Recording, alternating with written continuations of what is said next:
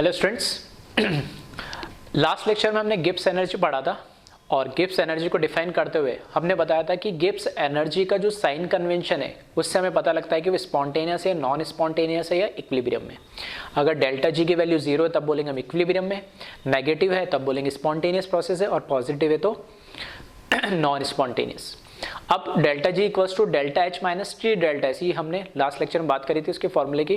तो delta H और delta S के साइन से भी हम पता लगाते हैं कि डेल्टा जी की साइन या उसका नेचर ऑफ प्रोसेस कैसे होगा। ठीक है, उसमें भी कंडीशंस आ जाती है, लो टेम्परेचर, हाई टेम्परेचर या एनी टेम्परेचर पे। ठीक है, तो हमने डिटेल में बात करी थी। अब जो हमने लास्ट खत्म करा था उसमें क्या करा था कि स्पॉन्टेनियस है या नहीं है, दो ही बात करी थी।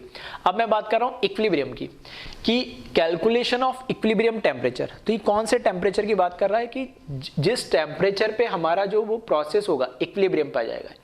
इक्विलिब्रियम का मतलब है कि एक, मैं बोल रहा हूँ ए रिएक्टेंट है, उससे बी प्रोडक्ट बन रहा है।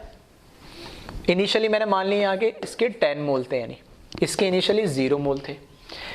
फिर रिएक्शन होती गई तो ए बी में कन्वर्ट होता गया। एक टाइम ऐसा आया कि इसके 3 ही मोल रह गए और इसके 7 मोल कन्वर्ट हो गए। फिर उसके बाद फिर देखा गया तो ये 3 और 7 ही है।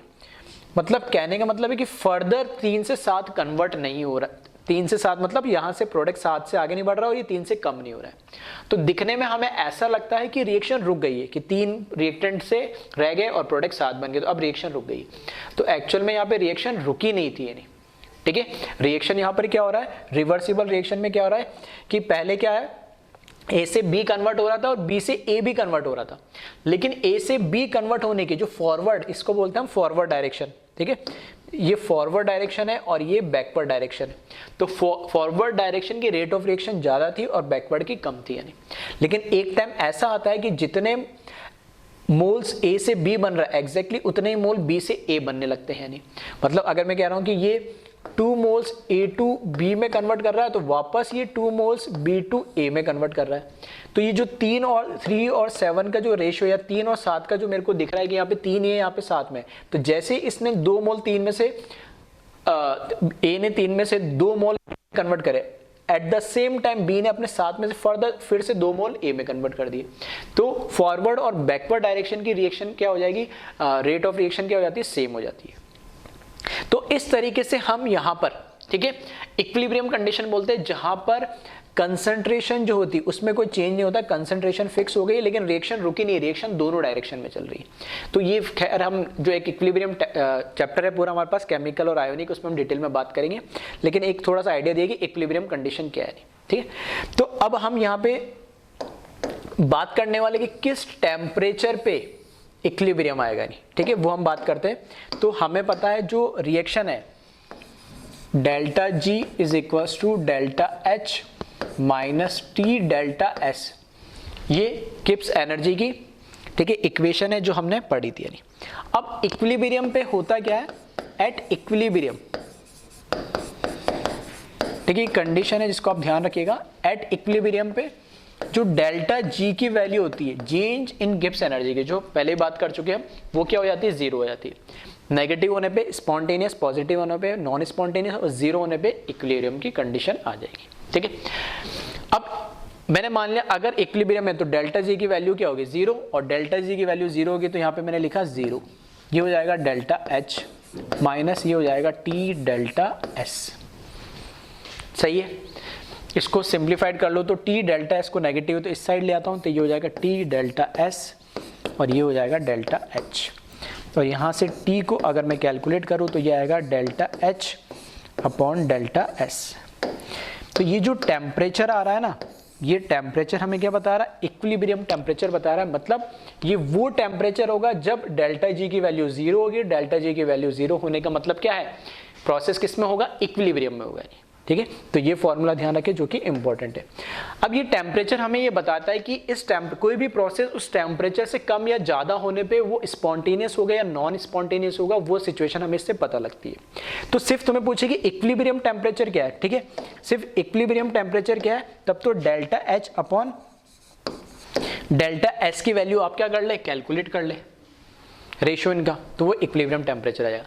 और कई बार ये पूछे कि ये रिएक्शन या प्रोसेस किस टेम्परेचर के बाद स्पॉन्टेनियस होगा या यहाँ से टेम्परेचर बढ़ाने पे स्पॉन्टेनियस होता है या नॉन स्पॉन्टेनियस होता है, सेम यहाँ से टेम्परेचर कम करने के बाद स्पॉन्टेनियस होगा या नॉन स्पॉन्टेनियस हो गया, ठीक है। तो उसको समझने के लिए एक न्यूमेरिकल हम देखते हैं, उससे थोड़ा और अच्छे समझ में आएगा। तो एक बार पहले इसको आप कॉपी कर ले।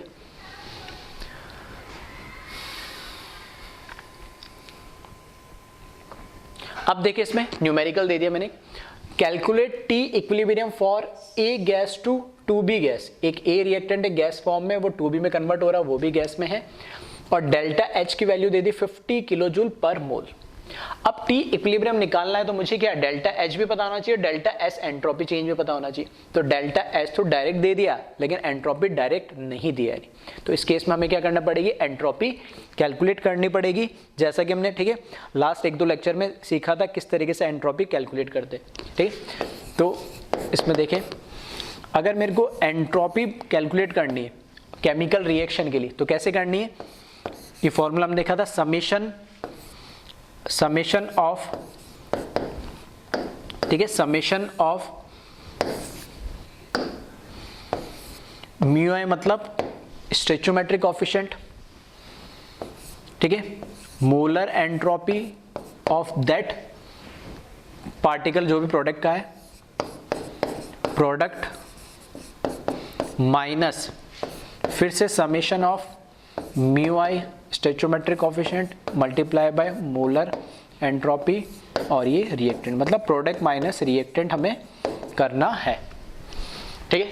अब प्रोडक्ट भी यहाँ पे एक ही है और रिएक्टेंट भी यहाँ पे एक ही है, तो यहाँ पर क्या हो जाएगा, समेशन की जरूरत ही नहीं है। फिर इसका बैलेंस केमिकल रिएक्शन जो दे रही है उसी को कंसिडर करेंगे, तो इसका स्टोइचियोमेट्रिक कोएफिशिएंट यहाँ पे B का 2 है और B की मोलर कंडक्टिविटी हमें दे रखी है 300, तो इनटू हो जाएगा ये 300, ठीक है, माइनस रिएक्टेंट मेरे पास क्या है A, इसका स्टोइचियोमेट्रिक कोएफिशिएंट यहाँ पे दे रखा 1, अननोन है तो जो रिएक्शन दे रखी है उसी को हम बैलेंस मान के चलेंगे 1, और इसका कितना दे रखा है ये 200, इसको हम क्या कर लेंगे सॉल्व, तो ये कितना हो जाएगा 600 माइनस 200, तो कितना हो जाएगा ये 400 हो जाएगा, यानी, ठीक है। और यहाँ पे देखना यूनिट का ध्यान रखना, यूनिट किस में दे रखी है, जूल पर मोल केल्विन, तो यहाँ पे हमने डेल्टा एस की वैल्यू कैलकुलेट कर ली है, ठीक है। तो एक डायरेक्ट दे रखी है और एक इनडायरेक्ट वे में हमें क्या दे रखी है, वैल्यूज दे रखी है। अब मुझे टी इक्विलिब्रियम कैलकुलेट करना है तो वो क्या होगा, delta H upon delta S होगा। डेल्टा एच की वैल्यू 50 तो दे रखी है लेकिन ध्यान रखना किलो जूल में दे रखी है, तो इंटू 10⁻³ आ जाएगा, डिवाइडेड बाय यहाँ पे डेल्टा एस की वैल्यू क्योंकि ये जूल में ही दे रखी है, या तो इसको भी किलो जूल में कन्वर्ट कर लो, नहीं तो उसको जूल में कैसे भी कर लो, तो मैंने उसको जूल में कन्वर्ट कर दिया और ये आ जाएगा 400, ठीक है। तो 2 से 2 कैंसिल हो जाएंगे, 4 डिवाइडेड बाय, ठीक है, 500, ठीक है, तो कितना आ जाएगा 250 और 125, तो इक्विलिब्रियम जो टेम्परेचर है 125 केल्विन यहाँ से आ जाएगा। अब यहां से मैं क्या कह रहा हूं कि ये जो टेम्परेचर ये इक्विलिब्रियम का बता रहा है, अब इसमें हमें कैसे पता लगेगा कि इस टेम्परेचर के बाद प्रोसेस स्पॉन्टेनियस होगा या नॉन स्पॉन्टेनियस होगा, या इससे पहले होगा या कब होगा, ठीक है। तो उसको समझते हैं, एक बार पहले वीडियो पॉज करके इसको कॉपी कर ले। अब देखिए इसमें अगर मैंने यहां पर बोला है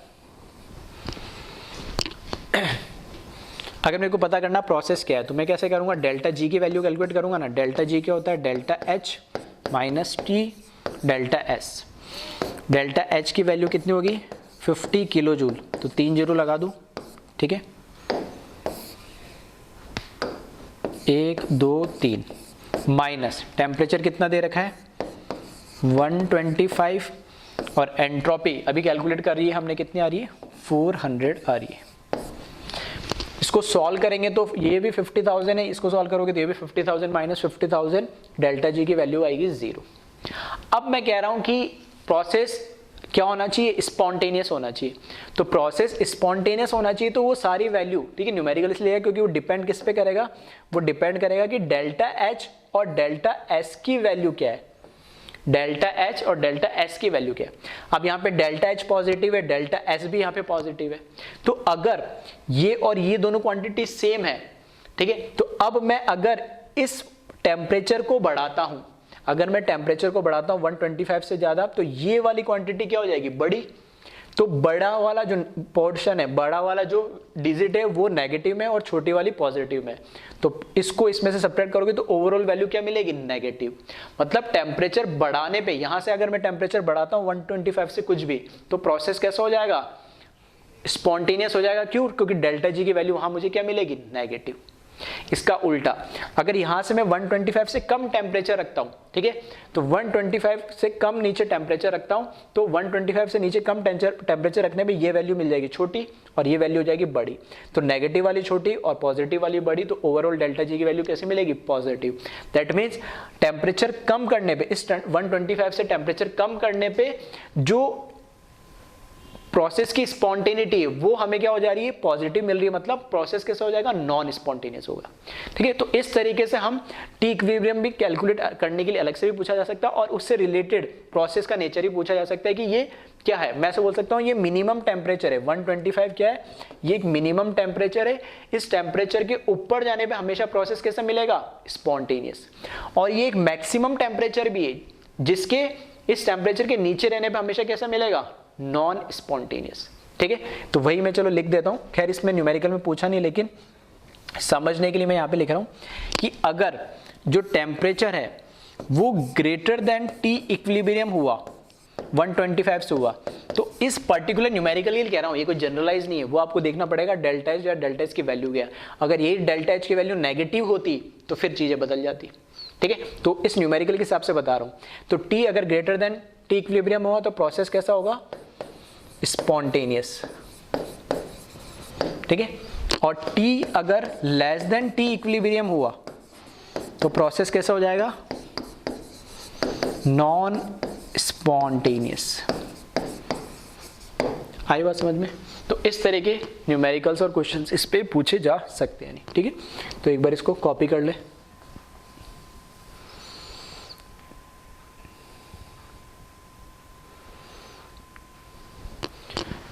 ठीक है, वीडियो पॉज करके इतना कॉपी करें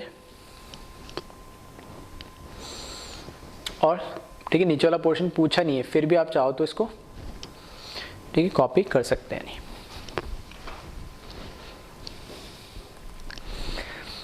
ठीक है, अब हम बात करते हैं गिब्स एनर्जी की। हमने बात तो कर ली, लेकिन अब गिब्स एनर्जी को कैलकुलेट कैसे करेंगे उस पर हमें बात करने वाला हूं। तो यहां लिखा मैंने कैलकुलेशन ऑफ डेल्टा जी। दो तरीके से कैलकुलेट किया जाता है। Case 1, if delta G not F is given for each reactant and product.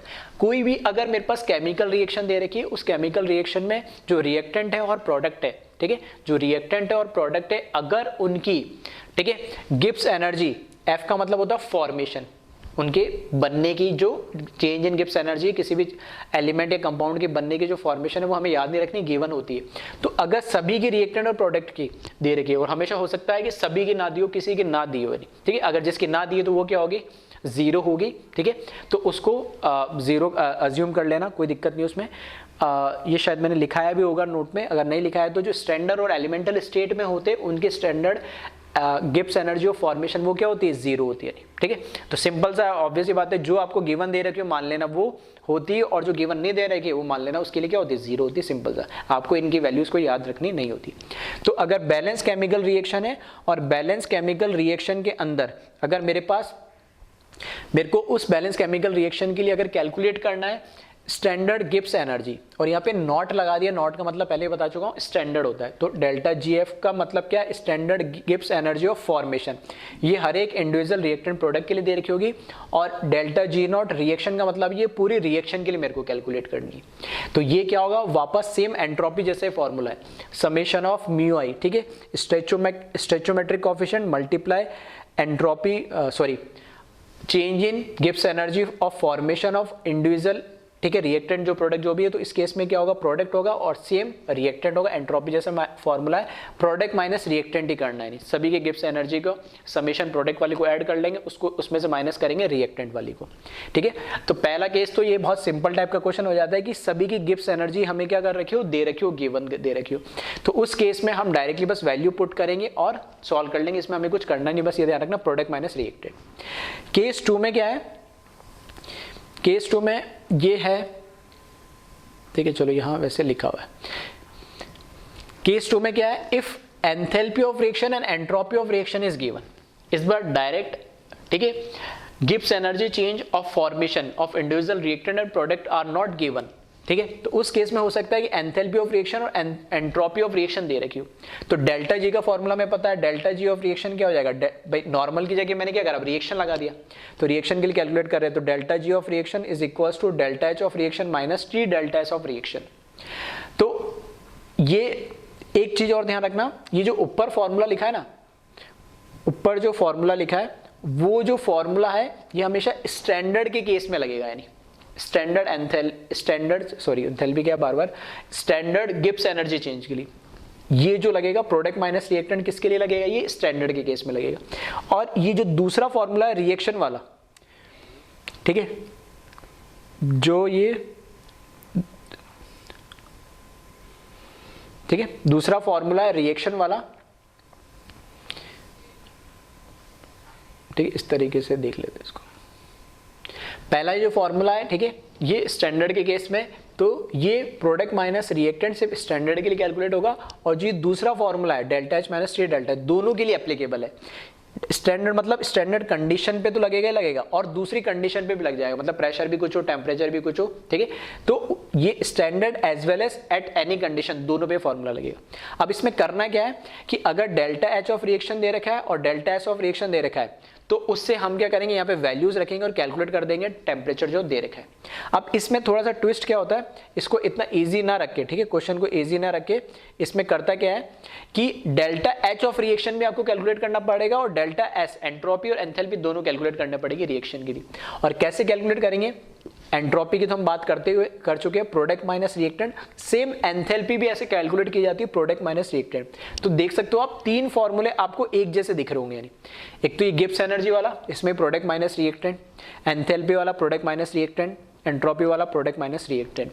कब, जब उनकी एंथैल्पी, मोलर एंथैल्पी या मोलर एंट्रोपी दे रखे हो तब ये यूज करेंगे, या इनकी गिब्स एनर्जी का जो formation of Gibbs energy of individual reactant और प्रोडक्ट की जब दे रखी हो तब ये एप्लीकेबल होगा, ठीक है।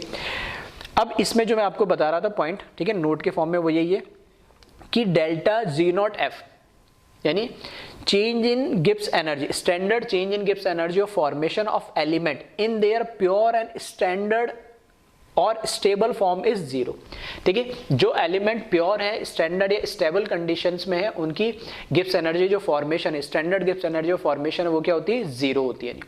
तो जैसे फॉर एग्जांपल जैसे O2 है, नेचर के अंदर O2 के अंदर फॉर्म में मिलता है, ठीक है, स्टेबल फॉर्म में है तो इसके लिए जीरो। H2 है, सोडियम है, मैग्नीशियम है, ब्रोमीन लिक्विड है, ब्रोमीन सॉलिड होता है, ब्रोमीन गैस होता है तो जीरो नहीं होती, क्योंकि ब्रोमीन नेचर में किस फॉर्म में मिलता है, लिक्विड फॉर्म में, तो यहाँ पर उसकी वैल्यू क्या होगी, जीरो। तो हालांकि इनके लिए आपको याद नहीं रखा है, बस मैंने बता दिया कि कई जगह हो सकता है क्वेश्चन में ये इनमें से कोई ऐसा आ रहा हो, या ऐसे कई सारे होते हैं, अगर किसी की वैल्यू गिवन नहीं दे रखी है तो हमें याद तो करनी नहीं होती इनकी वैल्यू, तो नहीं दे रखी तो आप बाय डिफॉल्ट मान लेना क्या है, वो जीरो है, ठीक है। उनके लिए गिब्स एनर्जी फॉर्मेशन, और जिनकी दे रखी है उससे कैलकुलेट कर लेंगे, ठीक है। अब इनको अप्लाई कैसे करना है तो एक एक न्यूमेरिकल से थोड़ा सा हेल्प समझ लेते हैं। इस टाइप के क्वेश्चन अक्सर जेईई मेंस या नीट के अंदर पूछे जाते हैं, ठीक है। तो बस फॉर्मूला आपको अप्लाई याद होना चाहिए, प्रोडक्ट माइनस रिएक्टेंट, और अप्लाई करना आना चाहिए, ठीक है। बहुत सिंपल टाइप के क्वेश्चन होते हैं, आने की पॉसिबिलिटी सबसे ज्यादा होती है एंट्रोपी और गिब्स एनर्जी से क्वेश्चन की, ठीक है। केमिस्ट्री के अंदर बात करूं मैं थर्मोडायनेमिक्स की, तो इसको एक बार कॉपी करें आप वीडियो पॉज करके, कैलकुलेशन ऑफ डेल्टा जी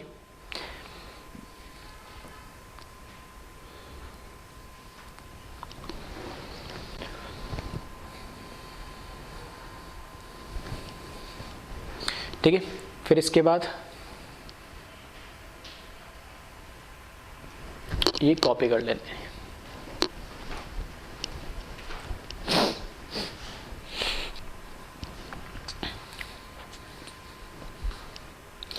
अब देखिए इसमें न्यूमेरिकल की बात करते हैं हम। तो पहला न्यूमेरिकल लिख रखा है calculate standard Gibbs energy change of reaction at 25 degree Celsius for given reaction. Reaction हमें ये गिवन दे दिया, अमोनिया ऑक्सीजन के साथ ये करके NO+H2 लिक्विड बनाना है। यहाँ पे सब्सटेंस हमें दे दिया अमोनिया NO और H2, और यहाँ पे उनकी गिब्स एनर्जी फॉर्मेशन दे दी किलोजूल मोल के अंदर। तो देखना यहाँ पे रिएक्टेंट हमारे पास क्या, अमोनिया दे रखा है, उसकी वैल्यू दे रखी, O2 दे ही नहीं रखा है क्योंकि बाय डिफॉल्ट उसकी वैल्यू अभी हमने बात करी थी क्या, 0 थी। तो अगर जिसकी वैल्यू दे ही नहीं रखी है तो मान लेना क्या होती है, 0 होती है, उसमें अपने को ज़्यादा दिमाग लगाना नहीं है, ठीक है। प्रोडक्ट NO दे रखा, उसकी वैल्यू दे रखी है, H2 दे रखी, उसकी वैल्यू दे रखी, ठीक है। तो बस सिंपली क्या करें, इसमें फॉर्मूला आप अप्लाई करें। तो चेंज इन स्टैंडर्ड गिव्स एनर्जी ऑफ रिएक्शन अगर आपको कैलकुलेट करना है तो फॉर्मूला लगाना है summation of stoichiometric coefficient multiply by standard गिव्स एनर्जी फॉर्मेशन, ठीक है। ध्यान रखना स्पेसिफिक ये फॉर्मेशन होती है और जो भी आई इसके अंदर,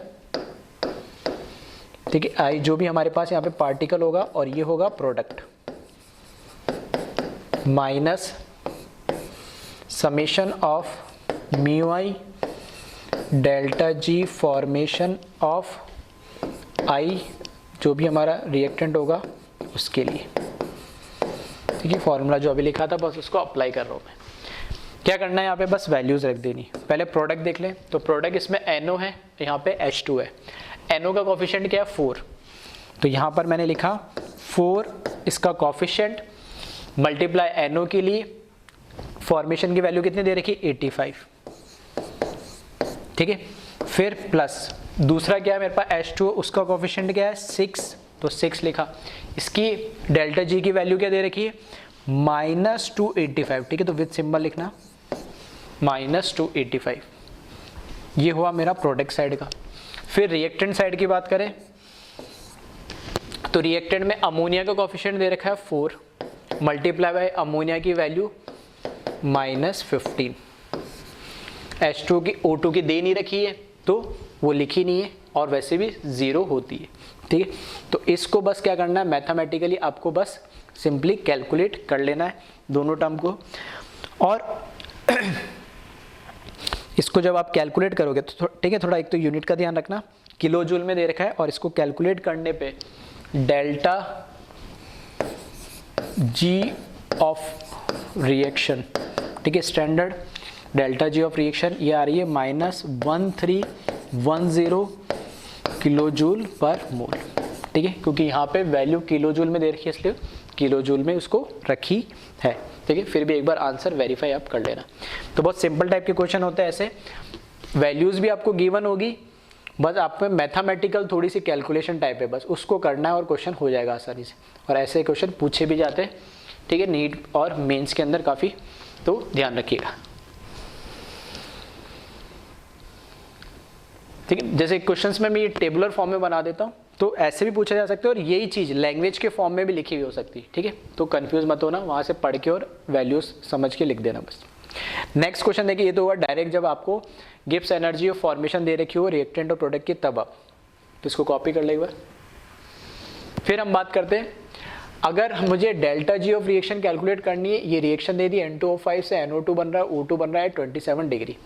अब यहाँ पर मुझे मोलर एंथैल्पी किलोजूल पर मोल में दे दी 33, 11 और 0, किसकी, N25 NO2। इन सब वैल्यू को कोई याद नहीं रखना होता, ये गिवन होगी हमेशा, ठीक है, दिमाग लगाना ही नहीं।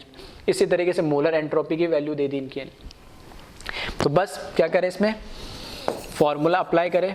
क्या आपको delta G of reaction calculate करना है तो आपको डेल्टा एच ऑफ रिएक्शन निकालना पड़ेगा पहले, प्लस सॉरी क्या आता है, माइनस आता है इसमें, minus T delta S of reaction calculate करना है। टी क्या मुझे यहाँ पे दे रखा है 27 डिग्री, केल्विन में कितना हो जाएगा 300 केल्विन। तो यहाँ पे पहले क्या करें, delta H of reaction calculate करें। तो फॉर्मूला क्या होता है, summation mu I molar entropy I of product minus summation mu I H M I of reactant, ठीक है। चलो रिएक्शन की जरूरत पड़ेगी, तो प्रोडक्ट देखें यहाँ पे NO2 और O2, ठीक है। तो NO2 का कोफिशिएंट क्या है, पहले यहाँ पे लिख ले अपन, NO2 का कोफिशिएंट क्या है 4 और NO2 की, ठीक है। बस आपको देखिए वैल्यू देख के इसमें रखना आना चाहिए, बस इतना ऐसा ही काम है। 4 कोफिशिएंट है, NO2 की मोलर एंट्रोपी की वैल्यू कितनी दे रखी, 11, तो यहाँ रखा मैंने 11 प्लस फिर कौन आ जाएगा O2। O2 का कोफिशिएंट तो कुछ नहीं दे रखा है, लेकिन इसकी वैल्यू 0 दे रखी है, तो 1 × 0 लिख देता हूँ। फिर ये हो गया प्रोडक्ट माइनस रिएक्टेंट कौन दे रखा है, ये दोनों तो है प्रोडक्ट और एक ही रिएक्टेंट है। रिएक्टेंट का कोफिशिएंट क्या है 2, ठीक है, और इसकी वैल्यू कितनी दे रखी है × 5 की 33, ठीक है। तो इसको आप कैलकुलेट कर लेना एक बार। तो डेल्टा एच ऑफ रिएक्शन यहाँ से वैल्यू हमें मिल जाएगी और इसको कैलकुलेट करेंगे आप तो ये मिलेगा -22 किलो जूल पर मोल। यूनिट का खास ध्यान रखना, छोटी मोटी चीज़ें, यहाँ पे किलो जूल दे रखी है जबकि यहाँ पे जूल ही दे रखी है, ठीक है। तो फिर बाद में लास्ट में दोनों को एक यूनिट में कन्वर्ट करना पड़ेगा, ठीक है। इसी तरीके से डेल्टा एस मुझे कैलकुलेट करना है, ठीक है। इसी तरीके से डेल्टा एस ऑफ रिएक्शन मुझे कैलकुलेट करना है। Delta S of reaction calculate करना है तो summation of mu I SM I of product minus summation of mu I SM I of reactant, ठीक है। यहाँ पे अब वापस से वही बात है, कॉफिशिएंट, ठीक है। यहाँ पे देख ले एक बार, कॉफिशिएंट NO2 का है 4, है ना, 4 तो इसका कॉफिशिएंट है और SM की वैल्यू NO2 के लिए कितनी है 240, ठीक है। 240 और 4 को मल्टीप्लाई करके लिखेंगे यहाँ पे। तो यहाँ पर मैंने लिखा, चलिए ऐसे लिखता हूँ, पहले कॉफिशिएंट लिखता हूँ 4 × 240 प्लस अब की बार किसके लिए, ऑक्सीजन के लिए भी हमें देखना है। तो ऑक्सीजन का कॉफिशिएंट तो है 1 और ऑक्सीजन के लिए वैल्यू मोलर एंट्रोपी कितनी दे रखी 200, ठीक है। तो 1 × 200 करेंगे यहाँ पे, ये हो गया आपका प्रोडक्ट माइनस रिएक्टेंट। रिएक्टेंट की बात करें तो कॉफिशिएंट यहाँ पे कितना दे रखा है मुझे, कॉफिशिएंट 4 और इसकी वैल्यू कितनी दे रखी 350, तो 4 × 350 कर दें हम। तो यहाँ पे 4 × 350 और इसको क्या कर ले, सॉल्व कर ले। इसको जब सॉल्व करोगे तो जो एंट्रोपी की वैल्यू आएगी यहाँ पे, ठीक है, सॉल्व करने पे एंट्रोपी की जो वैल्यू आएगी वो आएगी 460, ठीक है, पॉजिटिव में आएगी 460 जूल, ठीक है, पर मोल केल्विन। अब बस ध्यान ये रखना है कि जो इसकी वैल्यू है किलो जूल में, इसकी वैल्यू है जूल में, तो या तो इसको भी किस में कन्वर्ट कर लूँ, किलो जूल में, और फिर कैलकुलेट कर लूँ, ठीक है। तो यहाँ पे जब मैं फॉर्मूला, ठीक है, चाहूँ तो चलो यही लिख लेता हूँ मैं, ठीक है। तो इसको मैंने लिखा -2 और 3 0 आ जाएंगी जब जूल में कन्वर्ट करेंगे, तो ये जूल पर मोल आ जाएगा। अब दोनों जूल में आ गए, अब कोई दिक्कत नहीं। यहाँ से अब हम कैलकुलेट करें इसको, डेल्टा G ऑफ रिएक्शन को मुझे कैलकुलेट करना है। तो डेल्टा H इसकी वैल्यू कितनी दे रही है, -22 और 3 0 आ जाएंगे, माइनस टेम्परेचर 327 केल्विन मतलब 300, फिर इसकी वैल्यू 460। इसको कैलकुलेट कर ले और आंसर निकाल ले, ठीक है। तो 2 टाइप के जो इसमें क्वेश्चंस बनते हैं वो मैंने बता दिए। इसको जब कैलकुलेट करेंगे तो ये बनेगा -1600 जूल पर मोल, ठीक है। एक बार फिर भी कैलकुलेशन आप चेक कर लेना, ठीक है। इसमें कुछ खास है नहीं, बस वैल्यूज़ आपको देखनी है और उसके वैल्यूज़ को पुट करना आना चाहिए, बस इतना ही। आपको रीड करो और वैल्यूज़ रखो और कैलकुलेट कर लो, ठीक है। इसको एक बार कॉपी कर ले,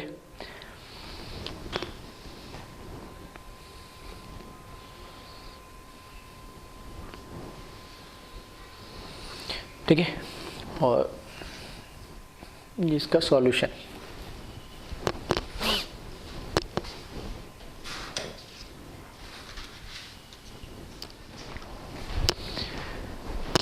अब बात करते हैं हम आगे, Gibbs energy and equilibrium constant के बीच में क्या रिलेशन है। तो यहाँ पे ये फॉर्मूला जो लिखा है, ठीक है, इसका डेरिवेशन या किस तरीके से आया ये ज़्यादा इंपॉर्टेंट नहीं है, ना ही हमें करना, नहीं हमारे सिलेबस में। हाँ, इंपॉर्टेंट ये है कि इनके बीच में रिलेशन क्या होता है, इसको ध्यान रखना, काफ़ी चैप्टर्स में ये यूज़ होगा नहीं, ठीक है, फिजिकल केमिस्ट्री के 11th में भी और 12th में भी। तो delta G is equals to delta G naught plus R T L N Q, ठीक है।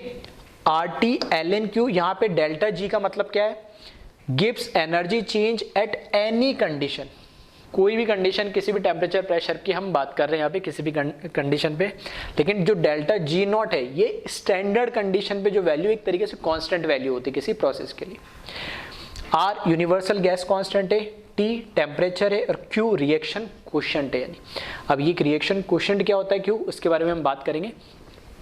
इसको कई बार इस तरीके से भी लिखा जाता है, और करके लिख रहा हूं मैं, delta G is equals to delta G naught plus 2.303 RT log of Q।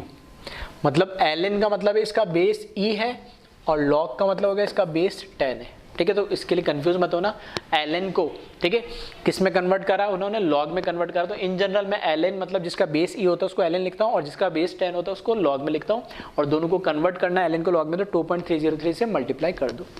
तो ये फॉर्मूला आप ध्यान रखें, ये और ये दोनों एक तरीके से क्या सेम ही फॉर्मूले हैं। अब यहां पर ये तो किसी भी कंडीशन पे गिब्स एनर्जी का रिलेशन बता रहे रिएक्शन कोशेंट से। ये रिएक्शन कोशेंट होता क्या है, ठीक है, तो इसको थोड़ा सा हम समझते हैं पहले। तो यहां देखिए, एक बार पहले वीडियो पॉज करके इसको कॉपी कर ले।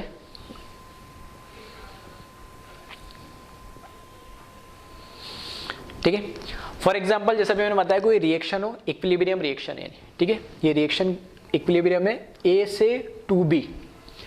अब ऐसा नहीं है कि इक्विलिब्रियम रिएक्शन स्टार्ट होते ही आ जाता है, इक्विलिब्रियम आने में एक टाइम लगता है। उस इक्विलिब्रियम आने से पहले जो भी वैल्यू होती है, ठीक है, वैल्यू होती है मतलब क्या है, Q को कैसे डिफाइन करते हैं कि प्रोडक्ट की कंसंट्रेशन, ब्रैकेट का मतलब है कंसंट्रेशन, B प्रोडक्ट की कंसंट्रेशन, और जो उसका कोफिशिएंट होता है वही उसकी पावर बन जाता है। इसका कोफिशिएंट क्या है 2, तो इसकी पावर बन गया 2, डिवाइड बाय रिएक्टेंट की कंसंट्रेशन, और इसका कोफिशिएंट कुछ नहीं लिखा है क्योंकि इसका जो स्टोइचोमेट्रिक कोफिशिएंट 1 है, तो यहाँ 1 भी लिख दोगे तो कोई फर्क पड़ेगा नहीं है। मतलब अल्टीमेटली अगर यहाँ एक प्रोडक्ट तो एक लिखा, 2 होता तो 2 लिखता, ठीक है। वैसे डिटेल में केमिकल इक्विलिब्रियम इस पर डिटेल में बात करेंगे, लेकिन एक सिंपल सी रिएक्शन से मैं समझा रहा हूँ। तो Q का मतलब क्या है कि प्रोडक्ट की कंसंट्रेशन और नीचे रिएक्टेंट की कंसंट्रेशन आता है। अब जब रिएक्शन स्टार्ट हो रही होगी तब B की वैल्यू तो कुछ होगी नहीं, तो B की वैल्यू क्या होगी 0, और A की वैल्यू कुछ होगी, तो Q क्या मिलेगा एक तरीके से 0। लेकिन जैसे रिएक्शन स्टार्ट होगी तो A की कंसंट्रेशन कम होने लगेगी, B की कंसंट्रेशन बढ़ने लगेगी, ठीक है। फिर कुछ टाइम बाद फिर B की और बढ़ेगी, A की और कम होगी। कहने का मतलब है कि जो Q की वैल्यू है ना, जब तक रिएक्शन स्टार्ट होती है और जहां से इक्विलिब्रियम आता नहीं है, इक्विलिब्रियम का आने का मतलब है कि A से B भी कन्वर्ट हो रहा है और B से A भी कन्वर्ट हो रहा है, दोनों जो कन्वर्जन हो रहा है दोनों का, रिएक्टेंट से प्रोडक्ट और प्रोडक्ट से रिएक्टेंट का जो कन्वर्जन हो रहा है, उन दोनों की रेट सेम है। मतलब जितना मोल A से B में कन्वर्ट हो रहा है उतने मोल B से A में कन्वर्ट हो गए वापस। इसका मतलब ये है कि जब तक वो कंडीशन आती नहीं इक्विलिब्रियम, उससे पहले Q की वैल्यू कंटिन्यूअसली क्या हो रही है, चेंज हो रही है। इसलिए यहां पर Q लिखा है, Q defined at any time and it is variable for given reaction. एक रिएक्शन के लिए वो वेरिएबल और डिपेंड करेगा किस टाइम पे आप उसकी वैल्यू को ऑब्जर्व कर रहे हो। जबकि K इक्विलिब्रियम है, कि Q की जगह ही हमने क्या करा, फॉर्मूला देखोगे तो दोनों सेम है, लेकिन यहां पर क्या है, Q की जगह मैंने K इक्विलिब्रियम लिख दिया। K क्या होता है, Q ही होता है। कहां पे डिफाइन होता है, ये इक्विलिब्रियम पोजीशन पे। जब ये दोनों इक्विलिब्रियम पे आ जाएंगे, जब इनकी कंसंट्रेशन चेंज नहीं होगी, तब उस टाइम B की कंसंट्रेशन क्या है वो रखेंगे और उस टाइम A की कंसंट्रेशन क्या है वो रखेंगे। तो एक स्पेसिफिक रिएक्शन के लिए, ध्यान से सुनना, हमेशा कांस्टेंट नहीं होता। किसके लिए, एक स्पेसिफिक रिएक्शन के लिए K की वैल्यू हमेशा कांस्टेंट होगी। क्यों, क्योंकि जैसे इक्विलिब्रियम आएगा अब इनकी वैल्यूज चेंज नहीं होगी। नहीं, अब वैल्यूज चेंज नहीं हो रही है तो ये फिर क्या रहेगा, कांस्टेंट रहेगा। इसलिए K equilibrium define at only equilibrium. कहां पे डिफाइन होगा, ये इक्विलिब्रियम पे, जबकि Q कहीं पे भी डिफाइन हो जाता है। दूसरा, it is a constant for given reaction. एक रिएक्शन के लिए कांस्टेंट है क्योंकि वो इक्विलिब्रियम आने के बाद ही हम कैलकुलेट करते हैं, जबकि इक्विलिब्रियम आने से पहले कभी भी हम इसको कैलकुलेट कर सकते हैं। अब ये दोनों क्यों बढ़े, क्योंकि हमें इससे पता लगेगा रिएक्शन कहां मूव करती है, ठीक है। तो एक बार पहले इसको वीडियो पॉज करें और कॉपी कर ले जल्दी से।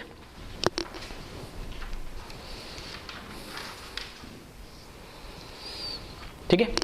तो अब मैं अगर बात करूं कि रिएक्शन की डायरेक्शन, मतलब रिएक्शन कहां मूव कर रही होगी, जैसे कोई रिएक्शन रिवर्सिबल रिएक्शन है तो कहां मूव कर रही होगी, तो वो कैसे पता लगेगा, तो डायरेक्शन ऑफ रिएक्शन करके मैंने लिखा है यहाँ पे, ठीक है, डायरेक्शन ऑफ रिएक्शन करके लिखा है। अगर मैंने बोला Q छोटा है K इक्विलिब्रियम से, मतलब इक्विलिब्रियम अभी आया नहीं है, तब रिएक्शन क्या करेगी, Q की वैल्यू मतलब प्रोडक्ट बढ़ता जाएगा और रिएक्टेंट कम होता जाएगा, ठीक है। जैसा कि यहाँ पे देखा हमने, प्रोडक्ट बढ़ता जाएगा, इक्विलिब्रियम नहीं आया तो B की वैल्यू बढ़ती जाएगी और A कम होता जाएगा, तो न्यूमरेटर बढ़ रहा है, डिनोमिनेटर कम हो रहा है, तो Q की वैल्यू क्या होगी, बढ़ेगी। दैट मीन्स अगर कब तक, जब इक्विलिब्रियम नहीं आया, तो Q की वैल्यू अगर K इक्विलिब्रियम से छोटी है, इसका मतलब इक्विलिब्रियम नहीं आया, तो रिएक्शन कहाँ जाएगी, फॉरवर्ड डायरेक्शन में जाएगी। Reaction move in forward direction, मतलब लेफ्ट टू राइट बढ़ेगी रिएक्शन। अगर Q और K इक्विलिब्रियम दोनों की वैल्यू अगर सेम आ गई, इसका मतलब क्या है कि इक्विलिब्रियम में ऑलरेडी आ चुकी, तब रिएक्शन दोनों डायरेक्शन मूव कर रही है सेम रेट से, सेम स्पीड से, तब कोई चेंज नहीं मिलेगा, तब मैं बोलूंगा रिएक्शन एट इक्विलिब्रियम पे। यानी इसका उल्टा, अगर कभी Q की वैल्यू बड़ी मिल गई, हर रिएक्शन इक्विलिब्रियम पे जाने की कोशिश करती, कम है तो वहां से रेट बढ़ेगी और ज्यादा है तो वहां से पीछे आने की कोशिश करेगी। अगर Q की वैल्यू ज्यादा है K इक्विलिब्रियम से, तो उसको कम करने की कोशिश करेगी। कम कैसे करेगी, अब Q बड़ा हो गया तो कम करने के लिए इसको B की कंसंट्रेशन कम करना पड़ेगी, तो B की कंसंट्रेशन कम करना पड़ेगी, A की वैल्यू बढ़ाने पड़ेगी, न्यूमरेटर छोटा करना पड़ेगा, डिनोमिनेटर बड़ा करना पड़ेगा।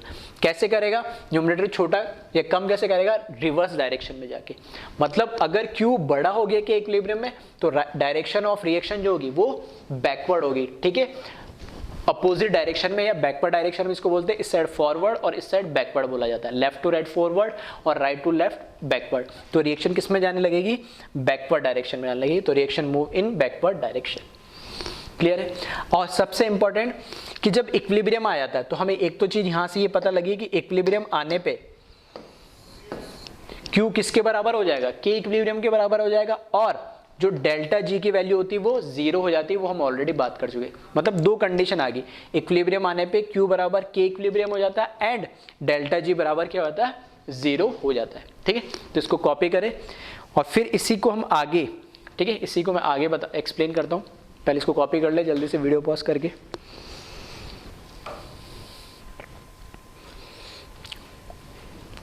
ठीक है, अब देखें इसमें, अब ये इक्विलिब्रियम की कंडीशन जब आई तो हमें दो चीज मिल गई, एक तो Q बराबर K इक्विलिब्रियम और डेल्टा जी बराबर जीरो का, हम पहले बात कर चुके हैं।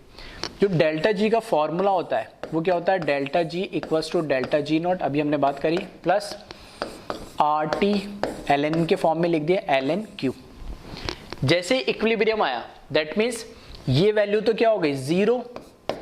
डेल्टा जी नॉट जीरो नहीं होता, देखो दोनों में फर्क है। Delta G naught standard condition पे वो जीरो नहीं होता है, डेल्टा जी की वैल्यू जिस भी कंडीशन में हम करवा रहे उस रिएक्शन को स्टैंडर्ड कंडीशन पे कराएंगे तब जीरो नहीं होगा, और किसी भी कंडीशन पे करवा रहे और वहां जीरो आता है तो मैं बोलूंगा कि इक्विलिब्रियम पे डेल्टा जी जीरो होता है, डेल्टा जी नॉट जीरो नहीं होता है।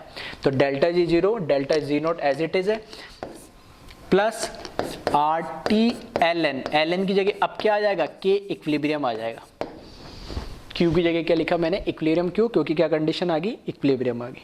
तो यहां से मैं डेल्टा जी नॉट की वैल्यू कैलकुलेट कर सकता हूं, अगर मुझे कैलकुलेट करनी है तो minus RT ln K equilibrium और माइनस RT log K, अच्छा ठीक है, इसमें 2.303 तो मिस हो गया नहीं, ठीक है।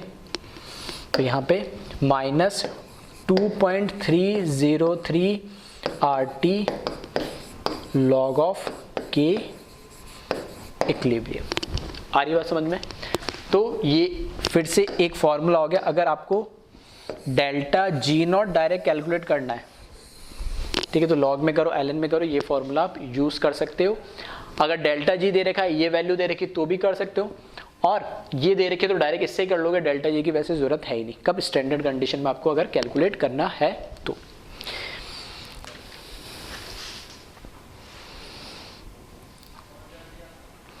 ठीक है, इसी से रिलेटेड एक रिलेशन होता है, तो इसको कॉपी कर ले एक बार, फिर देखते हैं नेक्स्ट।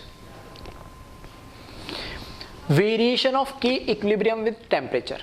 K इक्विलिब्रियम और टेम्परेचर का क्या रिलेशन है वो यहां से हमें पता लगता है।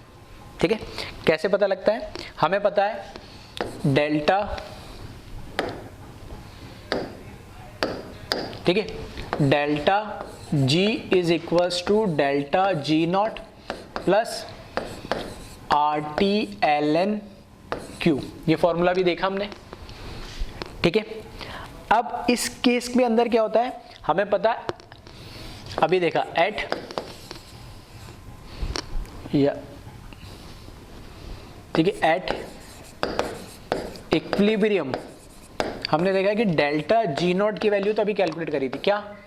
Minus RT ln K equilibrium होती। तो अगर मैंने डेल्टा G नॉट की वैल्यू उस ऊपर वाली इक्वेशन में पुट कर दी, ठीक है, अगर मैंने डेल्टा G की वैल्यू अगर ऊपर वाली इक्वेशन में पुट कर दिए, ठीक है, सॉरी थोड़ा सा गलत हो गया, नहीं, अगर मैं इसको स्टैंडर्ड कंडीशन में ले लेता हूँ, है ना,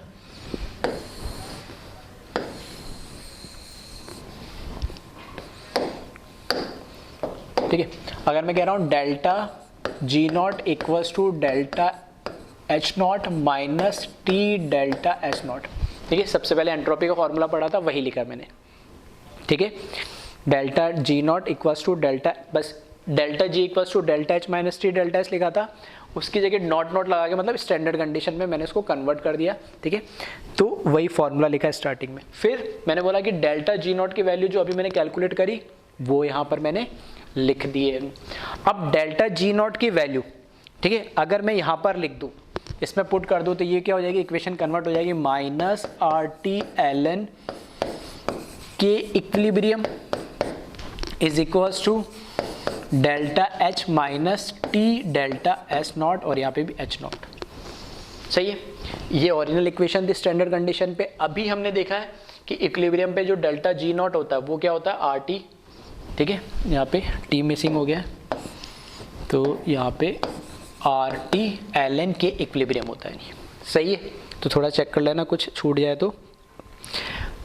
इस वैल्यू को मैंने यहाँ पुट करा इस तरीके से, यहाँ से मेरे को अगर नेगेटिव हटाना है LHS से, तो मैंने लिखा RT ln K equilibrium is equals to, ये हो जाएगा नेगेटिव में डेल्टा H नॉट और ये हो जाएगा पॉजिटिव में डेल्टा S नॉट, ठीक है। और RT को भी यहाँ से अगर मैं हटा दूँ तो ये हो जाएगा ln K equilibrium is equals to minus delta H naught upon R into 1/T। ऐसा क्यों लिखा उसका भी मतलब बताता हूँ। और ये हो जाएगा plus T delta S not upon R into T। तो इस केस में यहाँ पर तो क्या हो जाएगा, T पहले से था और T जो नीचे है दोनों क्या हो जाएंगे, कैंसिल हो जाएंगे, जबकि यहाँ पर कुछ कैंसिल नहीं होगा, नीचे RT एज इट इज रहेगा यानी, ठीक है। तो फाइनली ये क्या हो जाएगा, इसकी अगर मैं बात करूँ तो ये कन्वर्ट हो जाएगा ln K equilibrium minus delta H naught upon R into 1/T plus delta S not upon ये हो जाएगा R। और ये फाइनली रिलेशन आ गया है। ये इस चैप्टर में तो मैंने बता ही दिया, और इक्विलिब्रियम, केमिकल इक्विलिब्रियम में भी ये रिलेशन आपको फिर से मैं बताऊंगा। रिलेशन बताऊंगा कि जो केमिकल इक्विलिब्रियम का कांस्टेंट होता है, के इक्विलिब्रियम जिसको बोला जाता है, उसका और टेम्परेचर के बीच में रिलेशन क्या, वो ये बता रहा है। अब इसको मैंने यहाँ पर क्या है, कंपेयर, ऐसे क्यों लिखा है इसको, तो इसको मैं कंपेयर कर रहा हूँ। ये y is equals to bracket में मेरा m स्लोप लिखा हुआ है, 1/T का मतलब है x प्लस ये c। तो लाइन की इक्वेशन से मैंने इसको क्या कर दिया, कंपेयर कर दिया है। y ln K इक्विलिब्रियम में x 1/T, t नहीं है x 1/T, ये x है और ये बचा हुआ पूरा इसका स्लोप हो गया और ये c इंटरसेप्ट हो गया। नहीं क्यों, क्योंकि इस पे एक ग्राफ भी बनता है, ठीक है, मतलब बनते तो एक ही है लेकिन उसको दो तरीके से बना सकते हैं। कैसे, तो उसको हम देखते हैं। पहले एक बार इसको कॉपी कर ले।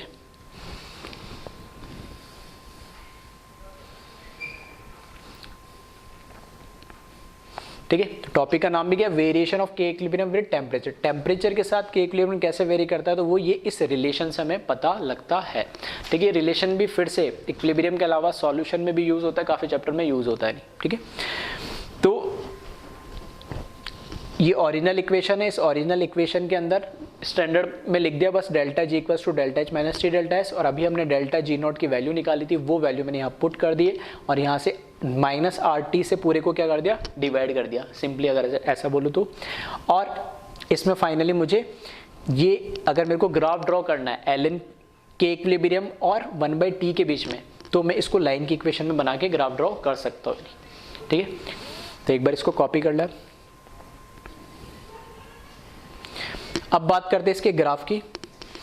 तो देखना इक्वेशन जो आपको दे रखी है वो क्या दे रखी है, y मतलब ln के इक्विलिब्रियम आना चाहिए। तो यहां देखे, सॉरी ln के इक्विलिब्रियम है, इसमें भी ln के इक्विलिब्रियम। दो ग्राफ कैसे बन रहे हैं वही बताऊंगा, और यहाँ पे 1/t और यहाँ पे 1/t, मतलब ln के इक्विलिब्रियम और 1/t के बीच में ग्राफ बन रहा है। नहीं तो इस केस में अगर मैं बात करूं, यहाँ पे इस केस में बात करूं तो y और x तो समझ में आ गया, c तो होगा इंटरसेप्ट। ठीक है, c क्या होगा, इंटरसेप्ट होगा। अब इंटरसेप्ट के बाद ये क्या बताता है, m स्लोप। अब स्लोप डिसाइड करेगा, कुछ इंटरसेप्ट तो आएगा, स्लोप डिसाइड करेगा कि लाइन ऊपर जाएगी या नीचे आएगी, पॉजिटिव स्लोप है या नेगेटिव स्लोप है। तो दो कंडीशन बन जाती है इसमें। दो कंडीशन कैसे, अगर मैं पहला कहता हूं कि कैसा है ये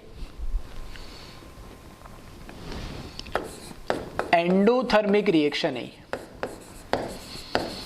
एंडोथर्मिक रिएक्शन है। एंडोथर्मिक रिएक्शन का मतलब क्या है कि हीट एब्जॉर्ब होती है और उसके लिए जो डेल्टा एच की वैल्यू होती है वो पॉजिटिव होती है।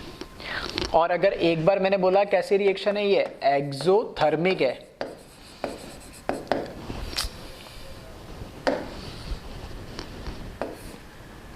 ठीक है, अगर ये कैसी है, एक्सोथर्मिक है, तो उसका मतलब क्या हुआ, डेल्टा एच की वैल्यू क्या होगी, नेगेटिव होगा। मतलब ऐसा मैं बोल सकता हूं, समझाने के लिए यहां लिख रहा हूं, डेल्टा एच का मतलब क्या है, फाइनल माइनस इनिशियल। एंडोथर्मिक का मतलब जो थी एनर्जी उसमें मैंने ऐड करा है कुछ, तो फाइनल हमेशा ज्यादा होगी, तो ये वैल्यू क्यों मिलेगी, पॉजिटिव मिलेगी। कब, एंडोथर्मिक केस में। डेल्टा एच का मतलब ये होता है फाइनल माइनस इनिशियल, तो एंडो का मतलब जो था सिस्टम उसमें फिर मैंने ऐड करी हीट, तो फाइनल ज्यादा होगी।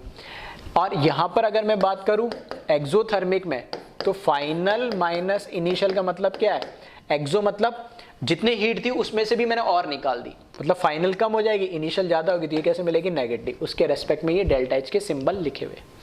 आ रही बात समझ में। अब देखते हैं इसमें ग्राफ कैसे बन रहा है और क्या वेरिएशन आने से।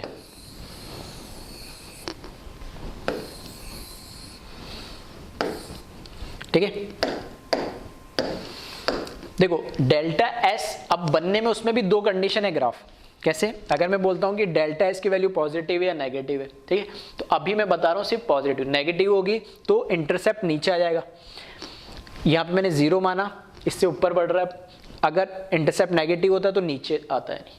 ठीक है, तो अभी मैं मान के चल रहा हूं पॉजिटिव इंटरसेप्ट, तो फॉर एग्जाम्पल मैंने बोला यहां पर इंटरसेप्ट आ रहा है, तो इस केस में मैंने मान लिया इंटरसेप्ट तो दोनों केस में सेम ही आएगा। मतलब ये जो वैल्यू है, ठीक है, ये जो वैल्यू है यहां से लेके यहां तक, ये किसके बराबर है, delta S naught upon R के बराबर है।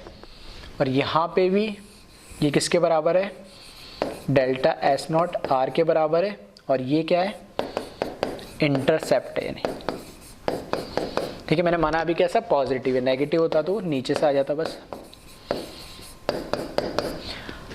अब यहां पर स्लोप की बात हो रही, आर तो अपने आप में क्या है, यूनिवर्सल गैस कांस्टेंट, ये तो हमेशा पॉजिटिव होता है।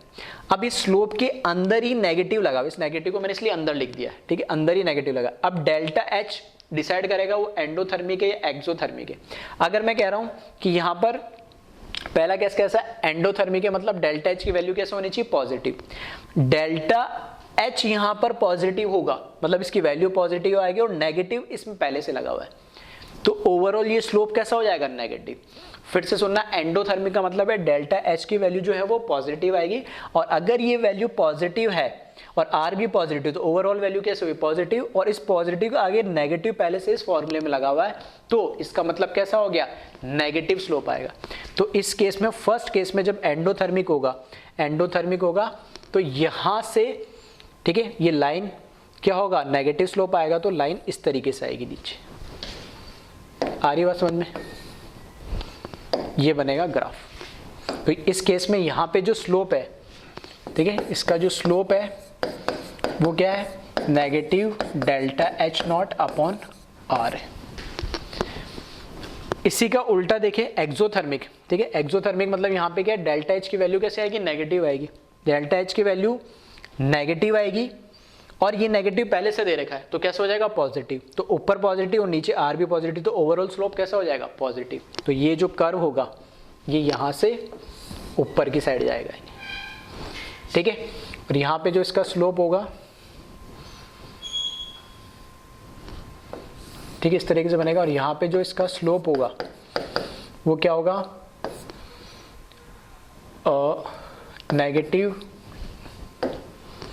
Negative delta H naught upon R होगा। बस इसमें एच नोट की वैल्यू यहाँ नेगेटिव आएगी तो नेगेटिव पॉजिटिव हो जाएगा, और यहाँ एच नोट की वैल्यू पॉजिटिव आएगी तो पॉजिटिव नेगेटिव रहेगा, इसलिए स्लोप नेगेटिव है, ठीक है। तो इस तरह के ग्राफ भी पूछे जा सकते हैं, और ये ग्राफ केमिकल इक्विलिब्रियम में भी बनते हैं, ठीक है, इसलिए मैंने यहीं पर आपको बता दिया है, तो इसको आपको ध्यान रखना है, ठीक है। तो इसको भी आप कॉपी कर लें, ठीक है। तो ऑलमोस्ट हमने हर चीज, ठीक है, कुछ एक्स्ट्रा चीजें करी है थर्मोडायनेमिक्स में अंदर, जैसे अभी इक्विलिब्रियम वाली चीजें हम इक्विलिब्रियम में तो पढ़ेंगे उसको, लेकिन इससे रिलेटेड है इसलिए यहाँ पे बता दी, दोबारा पढ़ेंगे तो और अच्छे से समझ में भी आ जाएगा। तो इस तरह के क्वेश्चन गिब्स एनर्जी पे डायरेक्ट वैल्यू देके या एच और डेल्टा एस की वैल्यू देके मिल सकते हैं, ठीक है। दूसरा कि प्रोसेस स्पॉन्टेनियस है नॉन स्पॉन्टेनियस है, इस तरह के क्वेश्चन काफ़ी सारे पूछे जाते हैं मेंस में और नीट के अंदर, वो भी आप ध्यान रखें।